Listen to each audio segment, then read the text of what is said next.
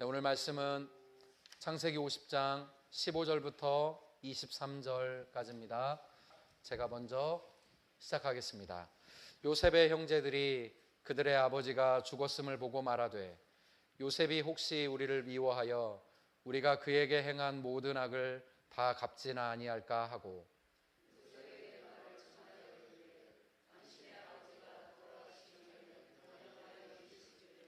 너희는 이같이 요셉에게 이르라. 내 형들이 내게 악을 행하였을지라도 이제 바라건대 그들의 허물과 죄를 용서하라 하셨나니 당신의 아버지의 하나님의 종들인 우리 죄를 이제 용서하소서 하매 요셉이 그들이 그에게 하는 말을 들을 때에 울었더라.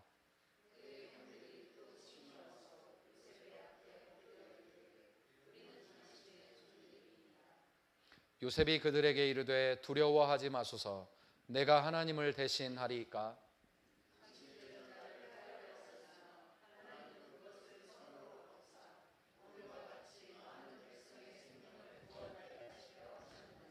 당신들은 두려워하지 마소서. 내가 당신들과 당신들의 자녀를 기르리이다 하고 그들을 간곡한 말로 위로하였더라.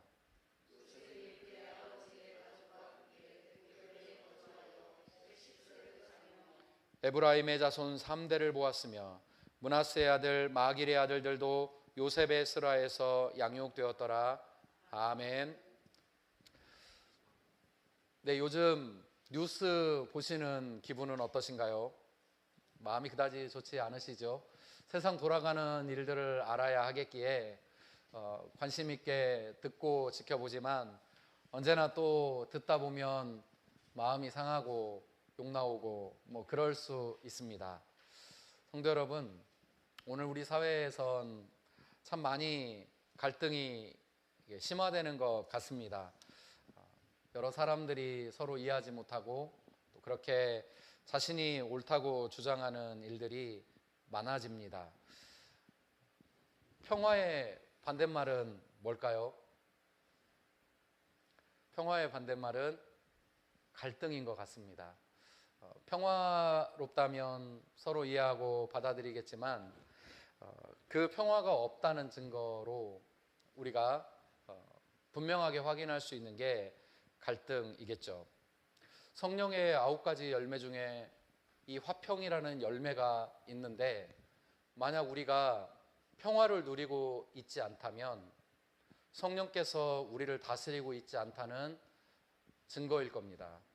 아니, 하나님은 우리를 늘 다스리겠지만 적어도 우리가 하나님이 주시는 이 화평을 누리지 못하는 상황에 있다면 그분의 인도함을 받고 있기는 매우 어려운 상태다. 그렇게 말할 수 있을 겁니다. 평화를 싫어하는 사람은 없습니다. 누구라도 다 평화를 원하죠. 또 평화를 외치고 평화롭게 살고 싶어 하지만 평화를 누리는 일은 어려운 것이 우리가 살아가는 인생이고 이 세상의 모습이죠. 왜 그럴까요? 왜 평화를 모든 사람들이 원하지만 평화롭게 살아가는 일이 어려울까요? 화평은 성령 하나님이 주시는 선물이기 때문입니다. 그러니 하나님께서 다스리지 않는 곳에, 하나님의 다스림이 나타나지 않는 곳엔 어디에도 평화는 있을 수 없습니다. 잠깐 무언가 우리가 서로 싸우지 않기로 약속하는 건 그냥 약속일 뿐이고 거기에 평화는 없습니다. 언제든 문제가 터지면 다시 그 갈등은 심화되고 죽일 듯이 서로 달려드는 모습이 이 세상의 모습이고, 그러니 하나님 다스림 아래 이 세상이 살고 있지 않다는 아주 뚜렷한 증거가 평화가 없는 모습일 것입니다. 근데 성도 여러분, 예수님은 우리에게 이 평화, 화평을 약속하셨습니다. 성경은 우리가 성령의 인도하심을 따라 살면 이 성령의 열매인 평화를 누리며 산다고 말씀하고 있습니다. 그럼 의문이 들지 않습니까? 어떻게 하면 이 평화를 누릴 수 있을까? 어떻게 하면 우리는 이 평화를 하나님으로부터 받는 선물처럼 누리며 살아갈 수 있을까? 평화를 위해 살면 우리의 삶에는 또 어떤 결과들이 따라올까? 오늘은 요셉의 삶을 통해서 이 화평의 열매를 여러분과 나눠보고자 합니다. 성경 전체에서 여러 사람들을 생각해 봤습니다. 평화를 이루는 사람, 성령의 9가지 열매 중에 이 화평의 열매를 삶 속에서 가장 잘 이루어낸 사람이 누구일까 좀 생각해 봤습니다. 저는 한 주일 내내 두 사람에 대해 생각해 봤는데 한 사람은 바나바고 한 사람은 요셉이었습니다. 요셉을 오늘은 선택했고 이 요셉의 삶을 통해 하나님이 우리에게 평화를 주신다는 건, 그리고 이 평화를 누리며 산다는 건 어떤 것일까를 여러분과 나누고자 합니다. 가장 먼저 요셉의 이야기를 우리가 생각하기 전에 먼저 던져야 될 질문이 있죠. 그건 우리가 어떻게 평화를 얻을 수 있는가 하는 거죠. 성령의 9가지 열매, 주님을 믿으면 성령의 9가지 열매를 거두게 되는데, 더 구체적으로 어떻게 우리는 이 평화를 얻을 수 있을까? 바울은 딱 하나밖에는 그 길이 없다고 우리에게 가르쳤습니다. 우리가 평화를 얻는 유일한 길은 예수님을 마음의 주인으로 영접하는 길뿐입니다. 그거 이외에 어떤 인격 수양도 우리 마음의 평화를 가져올 수는 없습니다. 에베소서에서 말합니다. 에베소서 2장 14절과 15절에서 바울은 이렇게 이야기했습니다. 그는 우리의 화평이신지라. 그는 우리의 화평이시다. 둘로 하나를 만드사 원수된 것 중간에 막힌 담을 자기 육체로 하시고 법조문으로 된 계명의 율법을 폐하셨으니 이 둘로 자기 안에서 한 세 사람을 지어 화평하게 하시고, 그가 우리의 화평이다. 하나님과 우리 사이에 막힌 담을 그분이 자기의 육체로 헐어버리셨다.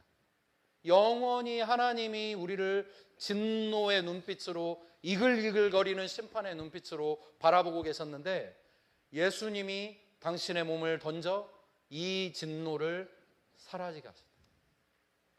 그분이 그래서 우리의 화평이다. 그분은 자기 안에 새로운 사람을 지어 하나님과 우리를 화평하게 하셨다. 예수님은 우리를 하나님과 화평하게 하는 유일한 분이십니다. 예수님을 만난 사람만이 하나님과 평화를 누립니다. 그래서 예수님은 언제나 당신을 만난 사람들에게 평안하라. 내 믿음이 너를 구원하였으니 평안히 가라. 늘 주님은 당신을 만난 사람들에게 언제나 전하는 인사와 같은 말, 그리고 위로의 말이 평안하라, 평안하라, 평안하라. 이스라엘 백성들에게 하나님은 하나님이었습니다. 언제나 그 하나님은 무거운 짐을 지워주고 함부로 나아갈 수 없고 늘 뭐 하나 잘못하면 심판하시고, 예수님이 살던 그 당시에도 늘 화가 나셔서 어떻게 하면 저 백성을 심판할까? 그래서 이 유대인들이 어떻게 하면 저 진노의 하나님으로부터 내가 좀 피할 수 있을까? 뭘 해야 되지? 이런 생각만 하고 살았습니다. 그런 상황 속에서 예수님은 하나님을 향해 우리에게 너희 하나님을 아바 아버지라고 불러라. 아빠 아버지라고 부를 수 있다. 하나님과 우리를 화목하게 하신 분. 예수님을 만난 사람들, 12년을 혈루증으로 앓던 여인, 얼마나 괴로운 여인인지 아시는 분들은 잘 아시겠죠. 그런 여인 당당하게 나가지도 못했습니다. 나 고쳐주세요 말하지도 못했습니다. 그냥 조용히 예수님 뒤로 가서 옷 한 번만 만져보면 좋겠다.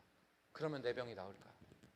그런데 정말 그렇게 조용히 주님 곁에 가서 옷 한 번 슬쩍 만지고 돌아서자 자신의 몸이 깨끗하게 되었다는 사실을 순식간에 깨닫습니다. 그때 갑자기 예수님이 그 여인을 찾죠. 그냥 조용히 병이 나았으니 기쁨을 가지고 도망가고 싶은데 예수님이 그 여인의 발걸음을 멈추었습니다. 찾았습니다. 두려움 속에 예수님 앞에 나옵니다. 그때 주님이 뭐라 말씀하십니까? 내 믿음이 너를 구원하였으니 평안히 가라. 평안히 가라. 주님을 만나야만 우리 삶에 평화가 찾아옵니다. 진짜 평화는 주님을 만났을 때 우리에게 오는 겁니다. 바울은 박해자였다가 선교사로 변합니다. 복음을 전하며 변화된 수많은 사람들을 보면서 예수님만이 우리의 화평이라는 사실을 깨닫고 이 에베소서의 2장 14절의 글을 남긴 겁니다. 예수님만이 화평이구나. 진짜로 한 사람이 그 마음속에 평화를 찾기 위해선 예수님을 만나는 것 말고는 없구나. 주님을 만나는 것, 바로 그것이 우리가 화평을 얻는 유일한 길인 것입니다. 요셉이 언제 예수님을 만났는가? 요셉은 예수님이 태어나시기 한참 이전의 사람이죠. 그는 언제 하나님을 믿었을까? 요셉은 언제 하나님을 믿게 됐는지 성경에 분명히 나타나지 않습니다. 그런데 이 요셉이 마음의 평화를 가지고 있다는 사실을 분명히 깨닫습니다. 요셉은 자기에게 닥쳐온 그 무시무시한 시련 앞에서 흔들리지 않습니다. 특별히 요셉이 노예 상인들에게 이제 끌려갑니다. 애굽에 끌려갔는데 보디발이라고 하는 유명한 굉장히 지체 높은 한 사람에게 팔려갑니다. 그 사람의 집에서 노예로 삽니다. 그런데 이 보디발이라고 하는 사람의 집에서 안주인이 청년 요셉을 유혹하기 시작했습니다. 그때 요셉이 뭐라고 말하느냐면 이렇게 말합니다. 당신은 그의 보디발의 아내입니다. 그런즉 어찌 이 큰 악을 행하여 하나님께 죄를 짓겠습니까? 요셉이 노예로 그 집에서 일을 하고 있는데 안주인이 속삭입니다. 유혹합니다. 그러자 요셉이 그렇게 말을 하는 거죠. 내가 어떻게 이렇게 큰 악을 지어서 행하면서 하나님께 죄를 짓습니까? 절대 그러지 못하죠. 이 말은 요셉이 하나님을 분명히 믿고 있다는 뜻이죠. 그리고 그는 하나님을 분명하게 신뢰하고 있기 때문에 하나님의 은혜를 누립니다. 그래서 요셉이 노예로 살지만 그의 집에서 그는 하나님이 형통하게 하는 것을 경험합니다. 하나님을 신뢰했던 요셉에게 감옥에서도 하나님이 그렇게 하셨습니다. 그리고 성경이 그것을 다시 한번 증언합니다. 여호와께서 요셉과 함께 하시고 그에게 인자를 더하사 간수장에게 은혜를 받게 하셨다. 하나님을 믿는 사람에게 하나님이 주시는 은혜, 하나님이 주시는 평강이 있다는 것이죠. 하나님을 믿는 요셉에게 하나님은 인자를 더하시고 비록 고난 속에서 그의 삶에 하나님께서 은혜를 주셨습니다. 성도 여러분, 마찬가지로 우리가 예수님을 우리 마음에 영접할 때 화평의 씨앗이 뿌려집니다.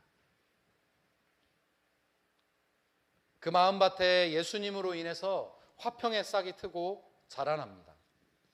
예수님께 마음의 문을 열고 주님과 더불어 동행하시기를 바랍니다. 주님 영접할 때 우리 마음속에 뿌려지는 화평의 씨앗들이 있습니다. 그 씨앗들이 잘 자라나게 마음의 밭을 잘 기경하시기를 바랍니다. 그럼 두 번째로요, 화평은 구체적으로 어떤 현상을 가져오는가? 화평을 위해서 살아가는 사람은 어떤 현상들을 경험하게 되는가? 두 가지를 이야기할 수 있습니다. 첫 번째로, 하나님이 우리가 예수님을 믿을 때 우리 마음속에 뿌려진 이 화평의 씨앗, 이것이 자라나고 있다는 증거를 분명하게 알 수 있는 하나의 현상이 뭐냐면 흔들리지 않는 마음입니다. 요셉의 이야기를 보면 너무나 명확하게 드러납니다. 그가 하나님을 믿었습니다. 그는 하나님을 믿었기 때문에 자신이 넘어질 수 있는 수없이 많은 상황에서 흔들리지 않습니다. 보디발의 아내가 유혹하는 그 순간에 내가 하나님 앞에 죄 지을 수 없습니다. 도망칩니다. 그것으로 인해 또 감옥에 갇힙니다. 그 감옥에서 그는 또 변함없이 흔들리지 않고 자신의 일을 행합니다. 하나님이 그에게 복을 주셔서 감옥의 모든 일들이 잘 되게 하십니다. 그 모든 상황 속에서 요셉이 흔들리지 않는 평화를 갖습니다. 하나님의 섭리를 받아들입니다. 하나님이 선한 일을 이루어 가실 거라는 믿음을 포기하지 않습니다. 시편 105편에 보면 요셉의 고난이 나옵니다. 시편 105편에서 요셉의 고난을 어떻게 표현하고 있는가? 그의 발은 착고를 차고 그의 몸은 쇠사슬에 매었으니 곧 여호와의 말씀이 응할 때까지라. 그의 말씀이 그를 단련하였도다.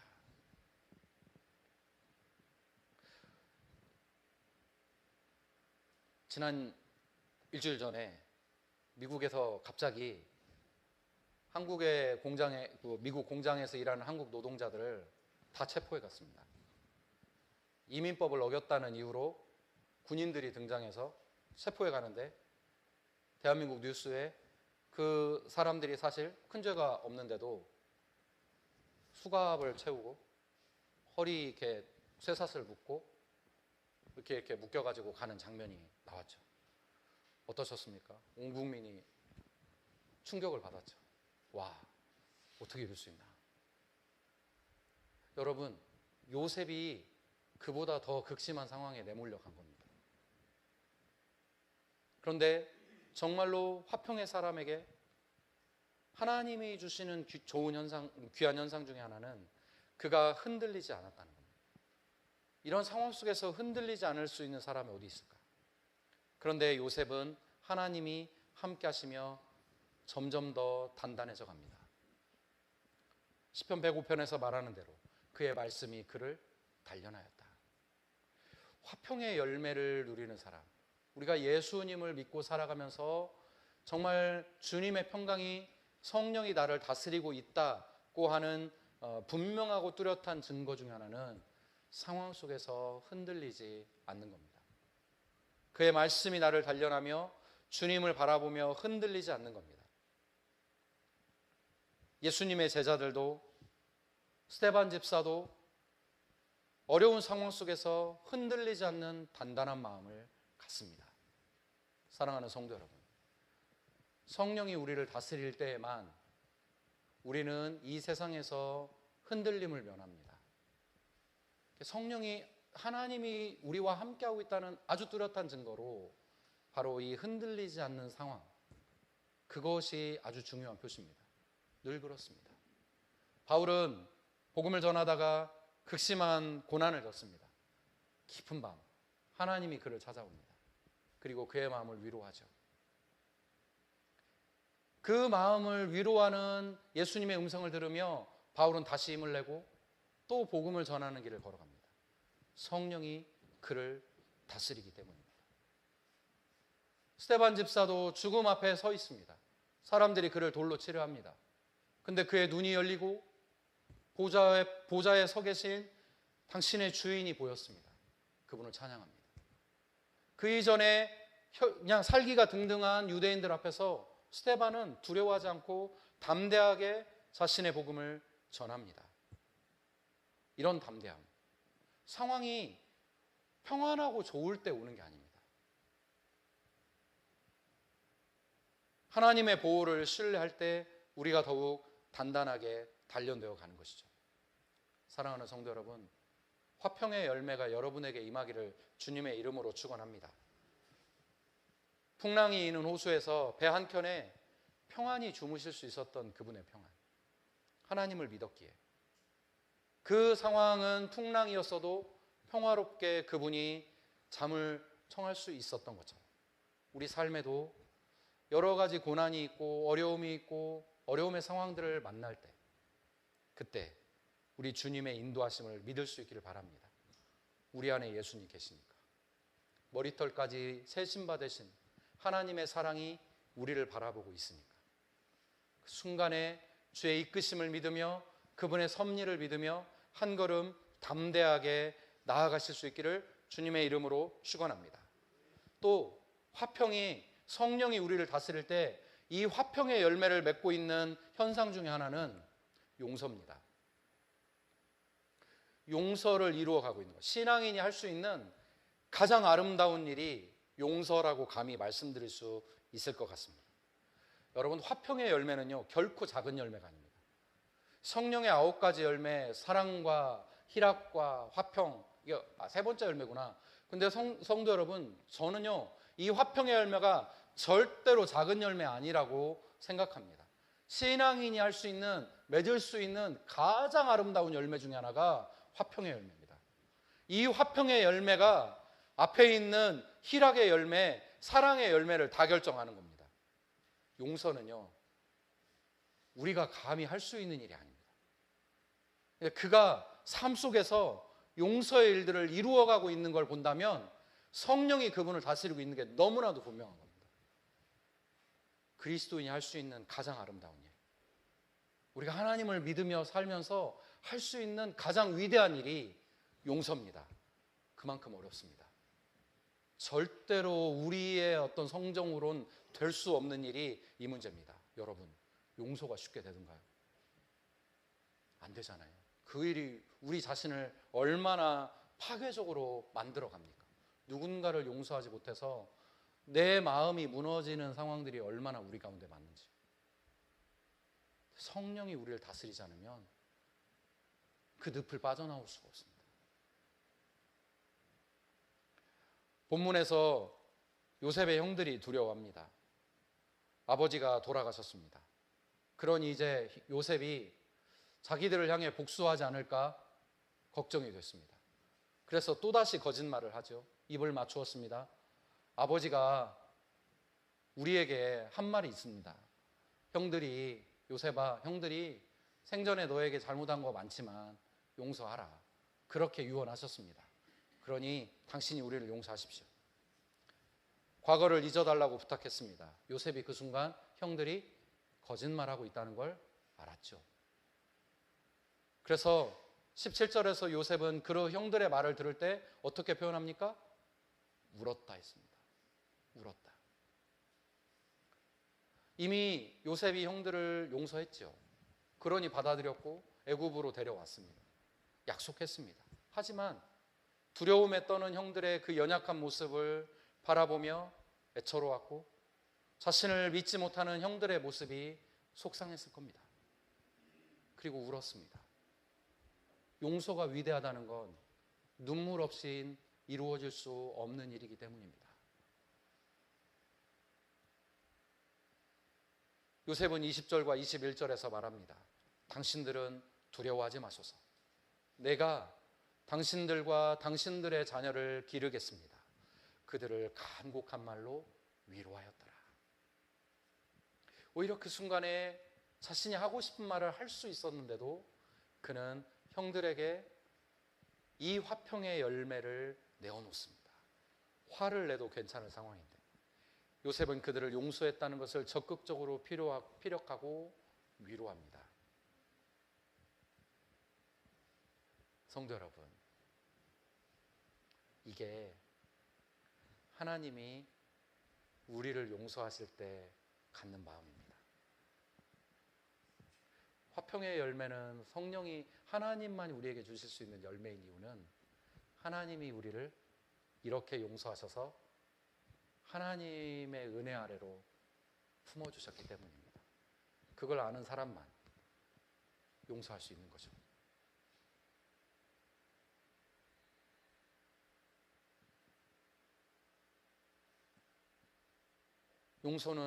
용서하는 사람은 정말로 화평의 열매를 거둔 사람입니다. 성도 여러분, 우리 모두가 이 화평의 열매를 맺는 어디쯤에 있습니까? 주님이 우리 마음속에 화평의 씨앗을 심어준 정도입니까? 나에게 용서하라 말씀하셨어. 화평의 씨앗이 심겨진 거죠. 어떻게 하면 내가 용서할 수 있을까? 싹이 튼 거죠. 그리고 정말 눈물을 흘리며 하나님 앞에 내 아픈 마음을 토로하며 누군가를 받아들이고 용서할 때 그는 화평의 사람이 되는 겁니다. 진짜로 예수님의 말씀처럼 화평케 하는 자는 복이 있나니 그들이 하나님의 아들이라 일컬음을 받을 것이다. 용서는 어렵습니다. 제가 감히 말씀드릴 수 있는 그런 정도의 덕목이 아닙니다. 그러므로 우리도 하나님께서 우리를 용서하시는 일이 얼마나 어려웠을지 생각해 보시기 바랍니다. 예수님이 하나님과 우리 사이의 화평이셨고 우리가 예수님을 우리 중심에 모셨습니다. 그렇다면 요셉같이 될 수 있지 않겠습니까? 우리가 정말 예수님을 진심으로 우리 마음에 영접했다면 우리도 요셉같이 화평의 사람으로 살아가게 되지 않겠습니까?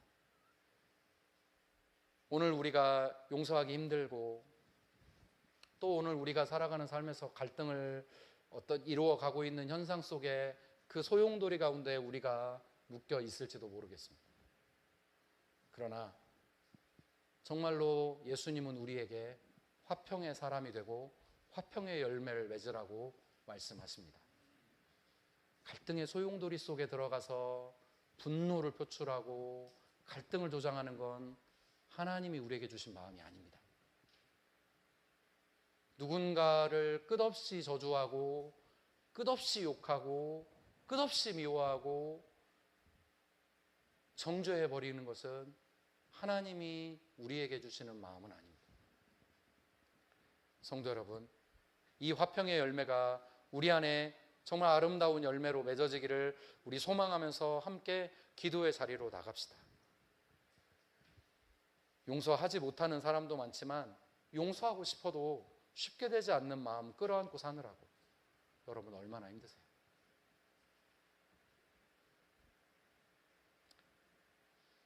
근데 예수님께서 우리 마음에 계시기에 우리에게 끝없이 이 화평의 열매를 거두도록 화평의 씨앗을 뿌려주시지 않습니까?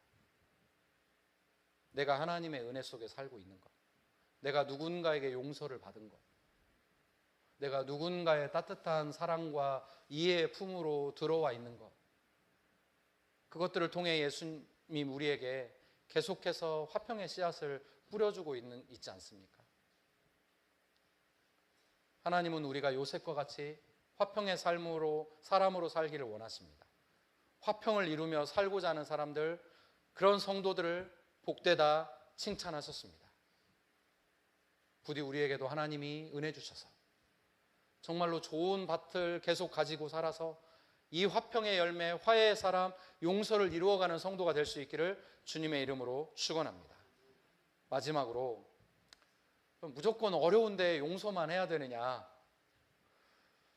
근데 하나님이 우리에게 주시는 위로가 있다고 저는 위로가 있어서 참 좋습니다. 여러분, 요셉의 삶을 이렇게 보면요, 용서를 그가 이루어가죠. 화평케 하는 자의 삶을 살아갑니다. 예수님이 말씀하셨습니다. 화평케 하는 자는 복이 있나니 저희가 하나님의 아들이라 일컬음을 받을 것이다 라고 했잖아요. 요셉이 지금 그 복을 받았습니다. 그가 실질적으로 장자의 복을 받습니다. 이스라엘에서 가장 영광스러운 신분이 있다면 장자의 명분입니다. 야곱과 에서가 싸운 명분이 뭡니까? 장자의 명분 아닙니까? 장자의 명분을 갖는 게 굉장히 중요합니다. 야곱의 12명의 아들들도 제각각 장자의 자리를 얻지 못해 부끄러움을 당하는 이야기가 계속 나옵니다. 장자였던 르우벤 탈락, 그 다음 시므온 탈락, 그 다음 레위 탈락, 그 다음 요셉 부족 계속 나옵니다. 그런데 이 요셉은 몇 번째 아들입니까? 11번째 아들이지 않습니까? 장자의 명분을 갖기 어려운데 유일하게 화평을 이루어가는 사람이고 그에게 장자의 명분이 주어집니다. 어떻게 할 수 있습니까?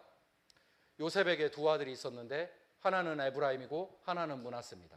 그런데요, 아버지 야곱이요, 요셉을 아들로 받아들이지 않고 이 두 아들, 자기 손자를 자기 아들로 입양을 합니다. 그래서 요셉의 아들 둘이 각각 에브라임 지파와 므낫세 지파, 이스라엘의 12지파의 2개를 차지합니다. 장자의 명분이 그겁니다. 아버지의 몫의 2배를 받는 것. 이것이 그가 장자였다는 실질적인 증거인데 바로 요셉이 그 장자의 복을 누렸습니다. 화평케 하는 자만, 이 화평의 열매를 거두는 자만 정말로 하나님의 아들이라는 명분을 가지고 살아갑니다. 그뿐입니까? 명분만 있는 게 아니라 이 화평의 열매를 거두어가는 사람에겐 하나님이 풍성한 채움의 열매를 거두게 하십니다. 요셉이 용서만 하고 모든 걸 잃고 명분만 얻은 게 아니라 12명의 아들 가운데 가장 큰 복을 누렸습니다. 그리고 그는 이 풍성한 채움을 통해 넉넉하게 사람들을 나눕니다. 그죠? 사람들에게 자신의 것을 나눕니다. 21절에서 분명히 말하죠. 당신들과 당신들의 자녀들을 기르겠습니다. 70여 명의 식구들 부족함 없이 먹여 살리겠다고 말합니다. 이 먹여 살리는 와중이 애굽 전역에 기근이 들었던 때입니다. 먹을 것이 없어서 사람들이 굶어 죽어가고 있는 이 극심한 상황에서 장자의 복을 누리고 있는 요셉은, 화평의 아들 요셉은 70명의 식구들을 먹여 살리는 풍성한 채움의 사람이 됩니다. 23절을 보면 요셉은 므낫세의 아들 마길의 자녀들까지도 돌봅니다. 요셉의 아들이 므낫세고 므낫세의 아들이 마길인데, 이 마길은 사실은 본처에게 나온 자녀가 아니라 후처가 낳은 아들입니다. 얼마나 그가 풍요로운 사람이었는지를 보여주는 겁니다. 3대를 먹여 살리는, 손자까지도 풍성하게 먹여 살리는 이 모습을 보면 요셉이 얼마나 풍성한 채움의 사람으로 살았는지를 보여주는 대목입니다. 누구에게 하나님이 이 복을 허락하십니까? 화평의 열매를 맺는 사람에게 이 복을 허락하십니다. 누가 이 세상의 풍성한 하나님의 은혜를 나누어 줄 수 있는 사람이냐? 화평의 열매를 맺는 사람만이 할 수 있는 열매다. 사랑하는 성도 여러분, 용서는 아까 말씀드린 것처럼 기독교인이 할 수 있는 가장 위대한 일입니다. 우리가 누군가를 용서하고 누군가를 포용하고 어떤 교회를 우리가 이해해주고, 이런 어떤 상황이 그리스도인들이 할 수 있는 가장 위대한 일입니다. 저는 한국교회를 보며 힘도 없지만 너무 속상합니다. 누구를 막 진보 좌파라고, 누구를 보수라고 끊임없이 미워하고, 같은 하나님의 자녀들이, 하나님 나라에 함께 갈 사람들이 원수 보듯합니다. 어떤 교회를 막 끊임없이 미워합니다. 오늘날 이 사회가 만들어낸 참으로 가슴 아픈 현실, 하나님이 한국의 교회가 하나님의 다스림 속에 들어가 있지 않다는 너무나 명확한 증거죠. 그런데요, 성도 여러분, 그런 교회가 세상을 넉넉하게 나눕니까? 진보든 보수든 간에 그렇게 끊임없이 갈등하며 화평의 열매를 멀리 가고 있는 교회들이 이 세상을 풍성하게 채우고 있습니까? 못하잖아요. 못하고 있잖아요. 진짜로 풍성하게 세상을 채워갈 수 있는 교회, 그런 사람은 이 화평의 열매를 맺는 사람만이 할 수 있습니다. 화평의 열매를 맺어가는 교회 아니면 이 세상을 풍성하게 만들어갈 수 없습니다. 누군가를 끊임없이 저주하고 원망하고 비난하는 교회는 그렇게 요셉처럼 나눔의 사람으로 살아갈 수 없는 겁니다. 장자의 명분을 가진 교회, 하나님의 아들이라 일컬음을 받는 교회, 그 교회가 이 어두운 세상, 분열의 세상, 갈등의 세상, 미움의 세상을 치유하고 용서하고 풍성하게 채워갈 수 있습니다. 사랑하는 성도 여러분, 화평의 열매는 위대한 열매입니다. 하나님의 아들이라 불림을 받을 수 있기 때문입니다. 그 열매를 통해 우리는 세상을 풍성하게 채워가는 일을 할 수 있습니다.